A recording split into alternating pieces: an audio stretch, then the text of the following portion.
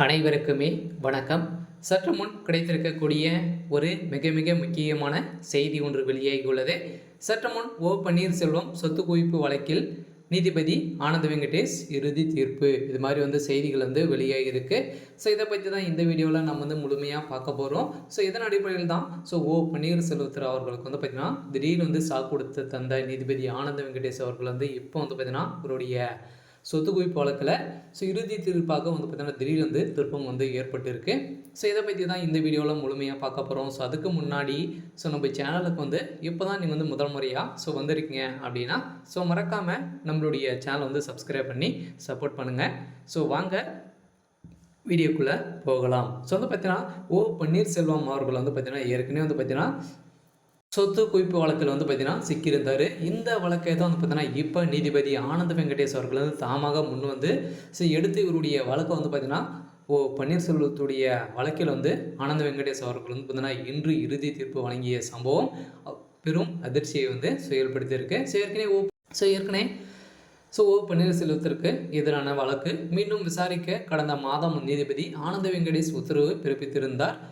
இதனை எதிர்த்து விரைவில் ஓபிஎஸ் உச்சநீதிமன்றத்தை நாடலாம் என்று எதிர்பார்க்கப்பட்டிருந்த நிலையில் இப்போ பார்த்தீங்கன்னா அதிமுக முக்கிய தலைவர்களின் ஒருவராகவும் ஜெயலலிதாவின் நம்பிக்கைக்கு உரியவராகவும் திகழ்ந்தவர் தான் ஓ பன்னீர்செல்வம்.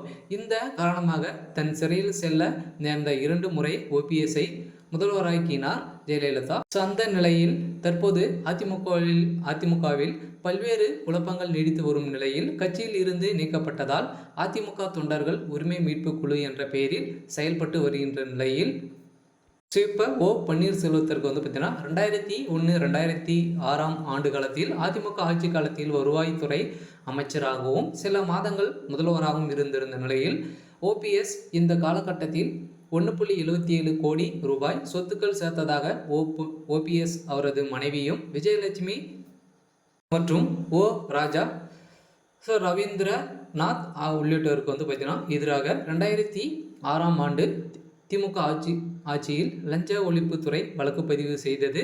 இதன் அடிப்படையில் இந்த வழக்கில் 2009 ஆண்டு காலத்தில் லஞ்ச ஒழிப்புத்துறை தரப்பில் குற்ற பத்திரிகை தாக்கல் செய்திருந்த நிலையில் அதன் பிறகு வழக்கு தேனியில் இருந்து சிவகங்கை நீதிமன்றத்திற்கு மாற்றப்பட்ட இருந்த நிலையில் 2011 ஆண்டு காலத்தில் அதிமுக மீண்டும் ஆட்சிக்கு வந்தது. ஓபிஎஸ்க்கு எதிரான வழக்கு திரும்ப பெற அனுமதி கேட்டு லஞ்ச ஒழிப்புத்துறை மனு ஒன்றை தாக்கல் செய்திருந்த நிலையில் இந்த தாக்கலின் அடிப்படையில் இதனை ஏற்று வழக்கில் இருந்து ஓபிஎஸ் உள்ளிட்டோர் விடுவிக்கப்பட்டிருந்த தீர்ப்பளித்திருந்த நிலையில் இந்த தீர்ப்பின் அடிப்படையில் இப்போ பார்த்தீங்கன்னா ஆனந்த வெங்கடேஷ் அவர்கள் இவருடைய வழக்கை தாமாக முன் எடுத்து இவருடைய சொத்து குவிப்பு வழக்கில் சிக்கிய ஆதாரங்களின் அடிப்படையில் இப்போ இவருக்கு இறுதி தீர்ப்பாக சிறையில் அடைக்கப்படுவதாக ஒரு பரபரப்பான செய்தி வெளியாகி வருகின்ற நிலையில் தான் பார்த்தீங்கன்னா இப்போ பெரும் அதிர்ச்சியை ஏற்படுத்தியிருக்கு.